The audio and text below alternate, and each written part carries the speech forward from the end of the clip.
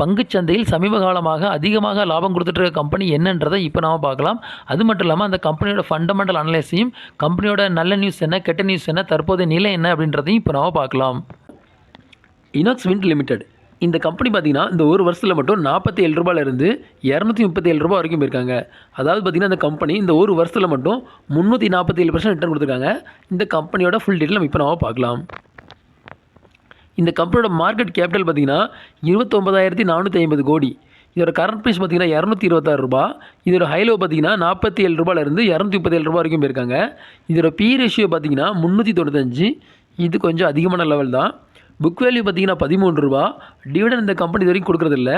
ROC பார்த்தீங்கன்னா 4.25. ROE பார்த்தீங்கன்னா -1.71.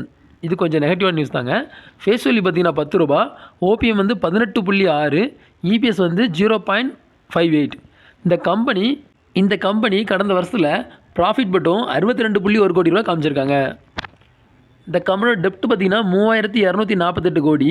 இதோட ரிசோர்ஸ் பார்த்தீங்கன்னா $1,371 கோடி. இதோட கேஷ் ஃப்ளோ பார்த்தீங்கன்னா மைனஸில் வந்து 9.45 கோடி. இந்த கம்பெனி கடந்த குவார்ட்டரில் பார்த்தீங்கன்னா $50.4 கோடி ப்ராஃபிட் மட்டும் காமிச்சிருக்காங்க. ஹோல்டிங்கை பொறுத்தவரை இந்த கம்பெனி பார்த்தீங்கன்னா ப்ரொமோட்டர் கையில் 48.3% வச்சுருக்காங்க. எஃப்ஐ கையில் வந்து பார்த்தீங்கன்னா 13.4%. டிஐ ஹோல்டிங் பார்த்தீங்கன்னா 9.7.5 ஹோல்டிங் வச்சுருக்காங்க. பப்ளிக் ஹோல்டிங் பார்த்தீங்கன்னா 28.6% வச்சுருக்காங்க.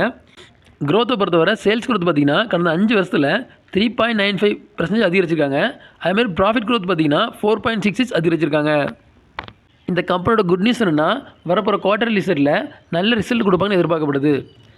இந்த கம்பெனியோட நெகட்டிவ் நியூஸ் என்னென்னா இந்த கம்பெனி லாஸ்ட் குவார்ட்டரில் பார்த்தீங்கன்னா -4.59% வந்து ப்ரொமோட்டர் ஹோல்டிங் வந்து கம்மி பண்ணிருக்காங்க. இது கம்பெனிக்கு நெகட்டிவாக பார்க்கப்படுது. அது மட்டும் இல்லாமல் இந்த கம்பெனியோட கடன் செலுத்து நாட்கள், அதாவது கடன் அளவு நாட்கள் வந்து 232 நாளாக அதிகரிச்சிருக்கு. இதுவும் கம்பெனிக்கு நெகட்டிவாக பார்க்கப்படுது. டெக்னிக்கலை பொறுத்தவரை ஆர்எஸ்சி வந்து ஓவர் பார்த்து நெருங்கிட்டு இருக்காங்க.